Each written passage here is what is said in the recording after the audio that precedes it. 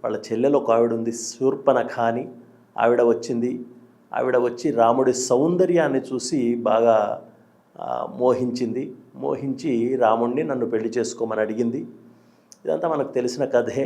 రాముడు అన్నాడు, లేదమ్మా, నేను ఏకపత్ని వ్రతుణ్ణి, నాకు సీత ఉంది నా పక్కన, నేను చేసుకోను అన్నాడు.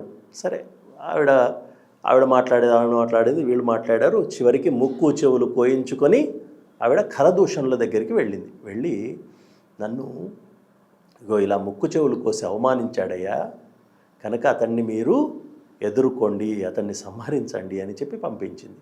అతన్ని సంహరించడం కాదు, అతని భార్యను సంహరించండి, అతన్ని నేను పెళ్లి చేసుకుంటానంది. సరే, ఈ ఖరదూషణాదులు 14,000 మంది రాక్షసులండి.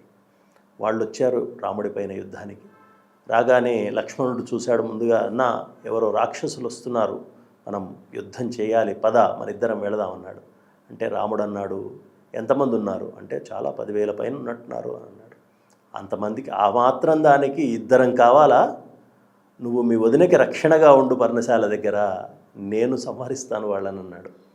అని రాముడు ఒక్కడే వెళ్ళాడండి యుద్ధానికి. సీతమ్మ తను కుటీరం లోపల ఉంది. ఆ కుటీరానికి ఉన్న గవాక్షంలోంచి చూస్తోంది రాముణ్ణి. ఈ 14,000 మంది రాక్షసులు వచ్చేస్తున్నారు. రాముడు 2 ధనుస్సులు తీసుకొని 2 కాళ్ళ బొటన వేళ్లతో ఆ 2 ధనుస్సులని పట్టుకొని 2 చేతులతో బాణాలు వేయడం ప్రారంభం చేశాడు. రాముడు బాణాలు వేస్తుంటే రాముడి చేతులు కనపడలేదట. మనకు సీలింగ్ ఫ్యాన్ తిరుగుతుంటే దాని రెక్కలు ఏ విధంగా అయితే కనపడకుండా ఉంటాయో ఆ వేగం వల్ల, అలా రాముడు ధనుస్సుకి బాణాలు సంధించి వేస్తుంటే రాముడి చేతులు కనబడనంత వేగంగా 2 చేతులతో వృష్టిని కురిపించి రాముడు ఆ 14,000 మంది రాక్షసులని ఒక విఘడియ కాలంలోనే సంహరించి వేశాట.